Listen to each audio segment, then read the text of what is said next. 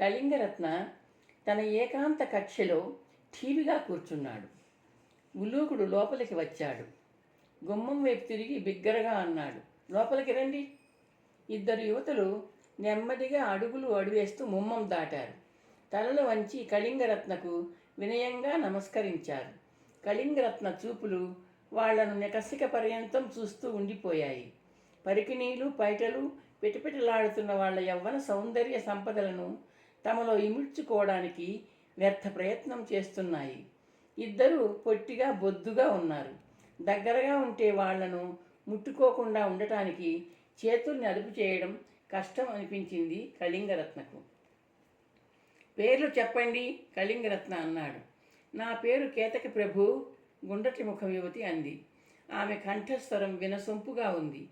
నేను సుగంధి ప్రభు, కోలముఖం కోమలి అంది. ఇద్దరివి విశాల నేత్రాలు, ఎర్రటి పెదవులు, ఆరోగ్యంగా మెరుస్తున్న బుగ్గలు. ఉలూకుడు మంచి అభిరుచి ఉన్న వ్యక్తి. పరిచారకులను చూసి ప్రభువులు పరవశించాలి అన్న నమ్మకం ఉన్నవాడు. నీకు వివాహమైందా, కళింగరత్న ఒక యువతిని ప్రశ్నించాడు. ఇద్దరూ అయోమయంగా చూశారు. యువరాజు గారి మెల్లకన్ను ఎవరిని చూస్తోంది? కేతకి, యువ ప్రభువులు అడిగింది నిన్నే. కళింగరత్న మెల్లకంటి చూపును అర్థం చేసుకోవడంలో ఆరితేరిన ఉలూకుడు అన్నాడు. లేదు ప్రభు, కేతకి అంది. నాకు కూడా పెళ్లి కాలేదు ప్రభు. వివాహ బంధంలో చిక్కుకోకుండా స్వేచ్ఛగా ఉండేవాళ్ల కోసం అన్వేషించి వీళ్లను ఎన్నిక చేసి తీసుకువచ్చాను యువప్రభు, ఉలూకుడు గర్వంగా అన్నాడు. ఇది అభ్యంతర మందిరం. ఇక్కడి విషయాలు బయటికి పొక్కకూడదు. అంతఃపుర రహస్యాలు వెల్లడి చేస్తే శిక్ష చాలా చాలా కఠినంగా ఉంటుంది. మెల్లకంటితో బెదిరింపుగా చూస్తూ అన్నాడు కళింగరత్న. మేము గుమ్మం దాటి వెళ్ళం ప్రభు, సుగంధి ధైర్యంగా అంది. కళింగరత్న సుగంధి వైపు చిరునవ్వుతో చూశాడు. సుగంధికి చొరవ ఎక్కువగా ఉన్న యువతులంటే తనకి చాలా ఇష్టం. ఈ మందిరంలో మా అతిథిగా ఉన్న ఒక యువతి సేవకు మిమ్మల్ని నియమిస్తున్నాను. ఆమె అసూర్యం పశ్య అంటే తెలుసుగా, ఎండకన్నెరుగని కన్నెపిల్ల. మందిర ద్వారం దాటి ఆమె వెలుపలికి వెళ్ళకూడదు. మీ ఇద్దరూ ఏ సేవ చేయాలో ఉలూకుడు వివరిస్తాడు. కళింగరత్న ఉలూకుడి వైపు చూశాడు. ఒకరు రాత్రి, ఒకరు పగలు. వంతుల ప్రకారం సేవలు చేయాలి. మీరు అమ్మాయి గారికి అవసరమైన స్నానాధికాలు, అలంకరణలు, ఆహార విహారాలు మొదలైన సేవలన్నీ జాగ్రత్తగా అందించాలి. సూర్యోదయం నుండి సూర్యాస్తమయం దాకా ఒకరు, సూర్యాస్తమయం నుండి సూర్యోదయం దాకా ఒకరు. అర్థమైందా కేతకి, సుగంధి? ఉలూకుడు ప్రశ్నించాడు. ఇద్దరూ తలలు ఊపారు. కురంగిని రమ్మనండి, వెళ్ళండి, ఉలూకుడు ఇద్దరిని హెచ్చరించాడు. కేతకి, సుగంధి వెనుదిరిగి అడుగులో అడుగు వేసుకుంటూ వయ్యారంగా వెళ్తున్నారు. వాళ్ళ కాళ్లకున్న అందెలు ఆ నడకకు తాళం వేస్తున్నాయి. కళింగరత్న రెప్ప వేయకుండా చూస్తున్నాడు. ముందు ఎంత అందంగా ఉన్నారో వెనక వైపు అంత ఆకర్షణీయంగా ఉన్నారు. వాళ్ళు కనుమరుగయ్యాక అతను చూపులను ఉలూకుడి వైపు మళ్లించాడు. ఈ బొమ్మలను మా ముందుకు ఎందుకు తీసుకురాలేదు? ఉలూకుడు చిన్నగా నవ్వాడు. యువప్రభువులు విభిన్న అభిరుచులున్న దక్షిణ నాయకులు. తీరిక ఎక్కడిది మీకు? కామినీమణుల కైవారాలతో వెసులుబాటు లేని విలాస జీవితం కదా. మందిరంలో ఉంటారు, మన సేవకే అంకితమవుతారు. అయినా తమకు అప్సరసను మించిన అందాల యువరాణి అందుబాటులోకి వచ్చింది కదా. మాటలతో చక్కెలిగింతలు పెట్టే చతురుడివి నువ్వు. ఆ చెవిటి కురంగితో నువ్వే మాట్లాడాను యువ ప్రభు. మొగుడు పండు ముసలి. ప్రతి ఉదయం అన్నం వండి అతగాడికి అన్నీ సమకూర్చి రావాలట. రాత్రిపూట ఇంటికి వెళ్ళాలట, పెనిమిటికి తోడుగా. అలాగే అన్నాను. సరే, ఆ ముగ్గురు మీద పర్యవేక్షణ నీదే, కళింగరత్న ఆజ్ఞాపూర్వకంగా అన్నాడు. కురంగి ఆదరాబాదర ఏకాంత కక్షలోకి వచ్చింది. తల్పం మీద చిన్నది కన్ను తెరిచింది. కళింగరత్న తటాలన ఆసనం మీద నుంచి లేచాడు. ఉలూక, పలకరించి వస్తాను అంటూ వేగంగా అవతలికి నడిచాడు. కురంగి అతని వెంట నడవసాగింది. ఉలూకుడు ఆమెను ఆపలేదు. యువరాజు గారికి అందుబాటులో ఆమె అందం ఉండడం మంచిది. రాకుమారికి సంబంధించిన అత్యవసర కార్యాలు ఏవైనా ఉంటే ఆమెకు అప్పగిస్తారు. ఉలూకుడు ఆలోచిస్తూ వాతాయనం ముందుకు నడిచాడు. కేతకిని, సుగంధిని ఎంపిక చేయడం కేవలం రాకుమారి కోసమే కాదు, తన కోసం కూడా. వాళ్ళ మీద యువరాజు గారి కళ్ళు పడ్డట్టున్నాయి. కామరూప రాకుమారి ప్రస్తావనతో ఆయన మెల్లకంటి చూపుల్ని తెలివిగా మళ్లించాలి. కళింగరత్న రాకుమారి లాలస ఉన్న శయనాగారం తలుపు తోసుకుంటూ లోపలికి వెళ్ళాడు. అతని వెనకే నీడలా కదులుతూ వెళ్ళిన కురంగి చప్పుడు కాకుండా తలుపులు మూసింది. మంచం మీద వెల్లకిలా పడుకున్న లాలస కళింగరత్న అడుగులు చప్పుడు విని కళ్ళు తెరిచింది. పీడకలలో ఎవరినో చూస్తున్నట్టు ఇద్దరిని చూస్తూ ఉండిపోయింది. కళింగరత్న మంచం దగ్గరగా ఆగి ఆమె వైపు చిరునవ్వుతో చూశాడు. దీర్ఘరోగంతో తీసుకుంటూ అప్పుడే కోలుకున్న దానిలా నీరసంగా చూస్తోంది లాలస. ఒక చోట పడుకుని నిద్రపోయి విచిత్రంగా వేరొక చోట మేల్కొన్న దానిలా ఉందామె. రాకుమారి, కళింగరత్న అన్నాడు. లాలస పెదవులు కదిలాయి. ఏ ఏ ఎవరు మీరు? నేను నీ శ్రేయోభిలాషిని, నీ యోగక్షేమాలు కాపాడేవాడిని. భయపడకు, నువ్వు సురక్షిత స్థానంలో ఉన్నావు. ఏకవచనం ప్రయోగిస్తూ మాట్లాడుతున్న మెల్లకంటి వ్యక్తిని అయోమయంగా చూసింది లాలస. మాట్లాడుతున్నప్పుడు అతని పెదవుల సందుల్లోంచి గొగ్గిరి పళ్ళు కనిపిస్తున్నాయి. పీడకలలో ప్రత్యక్షమైన వికార స్వరూపుడిలా ఉన్నాడతను. తను కలగంటోందా లేక లేక మేలుకునే ఉందా? లాలస ఆలోచిస్తూ అటు ఇటు తలను కదిల్చింది. కొద్దిగా లేచే ప్రయత్నం చేసి బలహీనంగా వాలిపోయింది. ఎత్తుగా లావుగా ఉన్న ఆ వ్యక్తి వెనుక కొద్ది దూరంలో నిలుచున్న తన వైపే చూస్తున్న వృద్ధురాల వైపు చూస్తూ లాలస మెల్లిగా చేతిని తన కళ్ళ మీదకి తీసుకెళ్ళింది. అరచేత్తో కళ్ళు మూసి రెప్పల మీద కొద్దిగా రుద్ది చేతిని తీసివేసి చూసింది. తన కళ్ళ ముందు దృశ్యం మాయం కాలేదు. అతని పెదవులు కదిలి గొగ్గిరి పళ్ళను ప్రదర్శిస్తూ నవ్వును సృష్టించాయి. ఇది కల కాదు రాకుమారి, నిజమే. నేనొక రాజకుమారుడిని, ఒక రాజ్యానికి యువరాజును, కాబోయే చక్రవర్తిని. మిగిలిన విషయాలు నువ్వు పూర్తిగా కోలుకున్నాక వివరంగా చెప్తాను. నీకోసం బలవర్ధకమైన ఆహారం సిద్ధంగా ఉంది. కొన్ని ఘడియలలో నీరసాన్ని మాయం చేసే అద్భుతమైన ఔషధం ఉంది. పాలతో ఆ ఔషధాన్ని సేవించి ఆ తరువాత ఆహారం తీసుకో. కోల్పోయిన సత్తువ తిరిగి వస్తుంది. ఈ పరిచారిక అన్నీ చూసుకుంటుంది. కళింగరత్న కురంగి వైపు తిరిగాడు. ఆమెకు లాలసను చేత్తో చూపించాడు. ఆమె అర్థమైనట్లు తల ఆడించింది. కళింగరత్న మళ్ళీ లాలస వైపు తిరిగాడు. ఔషధం, ఆహారం, విశ్రాంతి. సాయంత్రంలోగా తేరుకుంటావు. అప్పుడు అన్నీ విన్నవిస్తాను అన్నాడు చిరునవ్వుతో. కళింగరత్న తన ఏకాంత కక్షకు తిరిగి వచ్చాడు. అతడిని అనుసరించి వచ్చిన కురంగి ప్రశ్నార్థకంగా చూస్తోంది. కళింగరత్న తన దుస్తుల్లోంచి తీసిన చిన్న బంగారు భరిణను ఉలూకుడికి అందించాడు. పాలలో ఎంత మోతాదు వేసి రాకుమారికి ఇవ్వాలో తగ్గు స్వరంతో వివరించాడు. ఆమెకి అవసరమైన పరిచర్యల గురించి, అందించాల్సిన ఆహారం గురించి వివరించాడు. నిశితంగా కురంగికి వినిపించేలా, అర్థమయ్యేలా చెప్పమన్నాడు. పరిచర్యలు చేయడానికి నియమించిన యువతులలో ఒకరు పాకశాలలో రాకుమారి కోసం వంట చేస్తారేమో చూడమన్నాడు. చిత్తం అంటూ ఉలూకుడు కురంగి చేతులు పట్టుకొని తనతో తీసుకెళ్ళాడు. కళింగరత్న వాతాయనం ముందుకు నడిచాడు.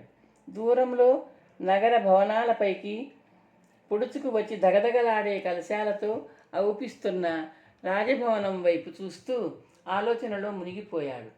తాను నిర్ణయించుకున్న 3 సాహసాలలో ఒకటి విజయవంతంగా ముగిసింది. అది రాకుమారి లాలసను అపహరించి అధీనంలోకి తీసుకోవడం. అది మొదటి సాహసం. లాలను వివాహం చేసుకునే అంశంలో తల్లిదండ్రులను అంగీకరించ చేయడం రెండవ సాహసం. లాలసను మాంగళ్య బంధంతో బంధించడం మూడవ సాహసం. లాలస అంగీకరించకపోయినా తృతీయ సాహసం కార్యరూపం ధరించాలి. తన తల్లిదండ్రులు అంగీకరించకపోయినా అది కార్యరూపం ధరించాలి. తనకు తెలుసు, తనను పెళ్లాడడానికి లాలస అంగీకరించదు. సామ్రాజ్యం మధ్య ఉన్న సాంప్రదాయానికి విరుద్ధంగా అమర్యాదకరంగా సాటి చక్రవర్తి కుమార్తెను తాను పెళ్లాడడానికి తన తల్లిదండ్రులు అంగీకరించరు. రెండూ నిరాకరణ సహజాలే. అయితే తల్లిదండ్రుల నిరాకరణను అంగీకారంగా మలిచే అతి శక్తివంతమైన ఆయుధం తన చేతిలో ఉంది. అది నిశ్చితమైన ఆ ఆయుధానికి రూపం లేదు. దాని పేరు ఆత్మహత్య. అపహరించి తెచ్చిన రాకుమారిని చేసుకోమంటారా, ఆత్మహత్య చేసుకోమంటారా అంటే చాలు. ఒక్కగానొక కుమారుణ్ణి, వంశానికి ఏకైక వారసుణ్ణి, తరతరాల సింహాసనానికి ఉన్న ఒక్కగానొక్క వారసుణ్ణి, భావి చక్రవర్తిని శాశ్వతంగా పోగొట్టుకునే మూర్ఖులు కాదు తన తల్లిదండ్రులు. కళింగరత్న ఆలోచనలు పర్యవసానం వైపు పరుగులు తీశాయి. తమ గారాల కూతురిని అపహరించి అక్రమంగా వివాహం చేసుకున్న కళింగరాజు మీద పగతో ప్రతీకార చర్యగా కామరూపరాజు చక్రవర్తి కళింగరాజ్యం మీద దండయాత్ర చేస్తాడా? చేయడు. కళింగరత్న చిరునవ్వుతో అనుకున్నాడు. దండయాత్ర చేయాలని ఆవేశపడి తన ఆలోచనలను విరమించుకుంటాడు. కూతురి మెడలో తాళి కట్టిన అల్లుడిని, కళింగ సామ్రాజ్య చక్రవర్తిని సర్వనాశనం చేసి పుత్రిక జీవితాన్ని బుగ్గిపాలు చేయడు. కళింగరత్న తేలికగా ఊపిరి పీల్చుకొని ఒళ్ళు విరుచుకున్నాడు. ఈ తర్కం, ఈ వాదన తన తల్లిదండ్రుల అనుమతి సంపాదించడంలో తనకు ఉపయోగపడుతుంది. ఉపయోగపడకపోతే చిట్ట చివరి బ్రహ్మాస్త్రం ఆత్మహత్య బెదిరింపు ఉండనే ఉంది. అది ఫలితం ఇవ్వకపోతే, తల్లిదండ్రులు లెక్క చేయకపోతే తను కంసుడిని ఆదర్శంగా తీసుకుంటాడు. కన్న తండ్రిని కారాగారంలో కట్టిపడేస్తాడు. తండ్రిని చెరసాల, తల్లికి అంతఃపుర నిర్బంధం. తనకు లాలస కావాలి. ఎవరు ఏమైపోయినా పర్వాలేదు, ఇబ్బంది లేదు. కళింగరత్న హాయిగా కూనిరాగం తీస్తూ మంచం మీద వాలాడు. లాలస అద్దాల వాతాయనం ముందు నిల్చుంది. ఎందుకో ఆమెకి తాను ఇప్పుడే కొత్తగా ఈ లోకంలోకి వచ్చినట్టు అనిపిస్తోంది. శయనాగారం కొత్తగా ఉంది, భవంతి కొత్తగా ఉంది, వాతాయనంలోంచి కనిపిస్తున్న దృశ్యం కొత్తగా ఉంది, స్నానాలయం కొత్తగా ఉంది, వృద్ధ పరిచారిక కొత్తగా ఉంది. గాఢ నిద్రలో ఏదో కళ తెరలు తెరలుగా గుర్తొచ్చినట్టు ఏవేవో దృశ్యాలు గుర్తొస్తున్నాయి. ధూళి కట్టిన అద్దంలోంచి కనిపించే మసక మసక ప్రతిబింబాల్లా. ఆ సుదీర్ఘ స్వప్నంలో తన చెలికెత్తులు నిలుటద్దం ముందు నిలబెట్టి సింగారిస్తున్నారు. అద్దంలో తన అందాలను చూసి కిలకిలమంటూ నవ్వుతున్నారు. తను పల్లకిలో కూర్చుంది. నగర వీధుల్లో పల్లకి వెళ్తోంది. ఏదో ఆలయం. ఆలయంలో తను తపస్సు చేస్తోంది. ఆలయంలో తపస్సు. ఆలయంలో ఎవరైనా అర్చనలు చేస్తారు, ఆరాధనలు చేస్తారు. తను విచిత్రంగా తపస్సు చేస్తోంది. పిచ్చి పిచ్చి కళ. వృద్ధ పరిచారిక తనను నీడలా అనుసరిస్తూ సేవలు చేస్తూ ఉండిపోయింది. పలకదు. పలకరిస్తే వినిపించుకోదు. చెవుడా? ఆమె ఇచ్చిన పాలు తాగినప్పటి నుండి ఏదో శక్తి తన నరాల్లో ప్రవహించినట్టుగా అనిపిస్తోంది. మెదడును కప్పిన ఉలిపిరి మంచు తెరలు ఒకదాని తరువాత ఒకటి తొలగిపోతున్నట్లు అనిపిస్తోంది. ఆహారం స్వీకరించిన అనంతరం నీరసం దూరం అవుతోంది. లాలస ప్రకృతిని తిలకించడం మాని మంచం వైపు నడిచింది. వృద్ధ పరిచారిక బంగారు దీపస్తంభాలలో వేసిన వత్తుల్ని చిన్న ప్రమిదలోని దీపకణికతో వెలిగిస్తోంది. లాలస మంచం మీద వాలి కళ్ళు మూసుకుంది. తనను ఏకవచనంతో పలకరిస్తూ మాట్లాడిన వ్యక్తి గుర్తుకు వచ్చాడు ఆమెకు. అందంగా లేకపోయినప్పటికీ అతను టీవీగా ఉన్నాడు. అతని వస్త్రధారణ, ఆభరణాలు రాజరికాన్ని కంటికి కట్టుతున్నాయి. కాలం నిమిషాల రూపంలో కరిగిపోతోంది. ఆలోచనల ఊబిలో కూరుకుపోయిన లాలస మస్తిష్కాన్ని ఆవరించిన మంచు తెరలు నెమ్మది నెమ్మదిగా ఆవిరైపోతున్నాయి. ఆమెకు తల్లి, తండ్రి గుర్తుకు వస్తున్నారు. అంతరంగిక చెలికెత్తలు గుర్తుకు వస్తున్నారు. వాళ్ళందరూ ఎక్కడున్నారు? తను ఎక్కడుంది? చిరుగంటల మోతతో తలుపు తెరుచుకుంది. అతను మెల్లకంటి వ్యక్తి లోపలికి వచ్చాడు. అతని వెనకే లోపలికి వచ్చిన వృద్ధ పరిచారిక తలుపు మూసి గొళ్ళెం బిగించింది. మెల్లకంటి వ్యక్తి పరిచారికకు కంటితో సైగ చేశాడు. ఆమె కొంచెం దూరంలో ఉన్న ఒక ఆసనాన్ని మంచం దగ్గరగా జరిపింది. అతను టీవీగా దాని మీద కూర్చుని లాలస వైపు చిరునవ్వుతో చూశాడు. అతను తనను కాకుండా తన పక్కగా ఉన్న దేనినో చూస్తున్నట్టు అనిపించింది లాలసకు. మెల్లకన్ను ప్రభావం. అతను చిన్నగా దగ్గి గొంతు సవరించుకున్నాడు. లాలస, నా పేరు కళింగరత్న, చక్రవర్తి కుమారుణ్ణి. మా తండ్రి గారు అధిష్ఠించిన సింహాసనాన్ని అధిష్ఠించబోయే భావి చక్రవర్తిని. నేను ఎక్కడున్నాను, ఇక్కడికి ఎలా వచ్చాను? అంతా ఏదో కలలాగా ఉంది. 2 అరచేతులతో కణతలని నొక్కుకుంటూ అంది లాలస. కళింగరత్న తల పంకించాడు. అన్నీ సావధానంగా వివరిస్తాను. భయము ఆందోళన లేకుండా శాంతంగా ప్రశాంతంగా ఆలకించు. తాత్కాలికంగా నువ్వు నీ గతాన్ని మర్చిపోయి ఉంటావు. నేను గుర్తు చేస్తాను. నువ్వు కామరూప చక్రవర్తి దంపతుల ఏకైక పుత్రికవు. నీ తల్లిగారి పేరు మహిమాదేవి, తండ్రి గారి పేరు కుబేరవర్మ. నీ స్వయంవరం జరగాల్సిన ముహూర్తాన నేను నిన్ను అపహరించి తీసుకువచ్చాను. లాలస వణికిపోతూ చూసింది. ఆమె ఆశ్చర్యంతో అప్రయత్నంగా అరచేతితో నోటిని కప్పుకుంది. ఏమాత్రమూ అపాయం కలిగించని దివ్యమైన మత్తుమందును నీకు వాసన చూపించి స్పృహ కోల్పోయేలా చేసి తీసుకువచ్చాను. కళింగరత్న పునఃప్రారంభించాడు. లాలస విశాల నేత్రాలను గిన్నెల్లా చేసుకొని మంత్రముగ్ధలా వింటోంది. ఆపకుండా ఏ విధమైన ఉద్రేకము ఆవేశము లేకుండా వల్లెవేస్తున్నట్టు చెప్పుకుపోతున్నాడు అతను. అతని మాటలు తనలోని మరపు అనే అడ్డంకులను మెల్లిమెల్లిగా తొలగించి వేస్తున్నాయి. అతని మాటలకు లాలస స్వయంవరం నాటి సంఘటనలను దృశ్యాలుగా చూపిస్తున్నాయి. తను ఏకాగ్రతతో ఆలకించింది. అర్థం చేసుకోవాలి. అతను అంటున్నాడు. ఆమె వింటోంది. నీ సౌందర్యం నన్ను కట్టివేసింది. వివాహం చేసుకుంటే నిన్నే చేసుకోవాలనుకున్నాను. స్వయంవరం జరిగితే నువ్వు నన్ను వరించవు. నా అందవికారం నీకు అడ్డు వస్తుంది. నీ స్వయంవరం జరగకూడదు. నువ్వు నన్ను తప్పించి వేరొకరిని వివాహం చేసుకోరాదు. నేను నిన్ను వరించాను. అది నా స్వయంవరం. కళింగరత్న ఆవి చిరునవ్వు నవ్వాడు. లాలస కళ్ళల్లో భయం ప్రత్యక్షమైంది. ఆమె పెదవులు అదిరాయి. కళింగరత్న చిరునవ్వుతో మళ్ళీ అందుకున్నాడు. నీకు తెలిసే ఉండాలి. వివాహాలు 8 రకాలు. బ్రాహ్మం, దైవం, ఆర్యం, ప్రజాపత్యం,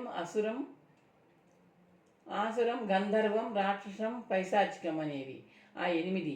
వాటిలో మనకు అంటే క్షత్రియులకు తగినవి 2. మొదటిది గాంధర్వం, రెండవది రాక్షసం. ఇద్దరు ఇష్టపడి చేసుకునేది గాంధర్వ వివాహం.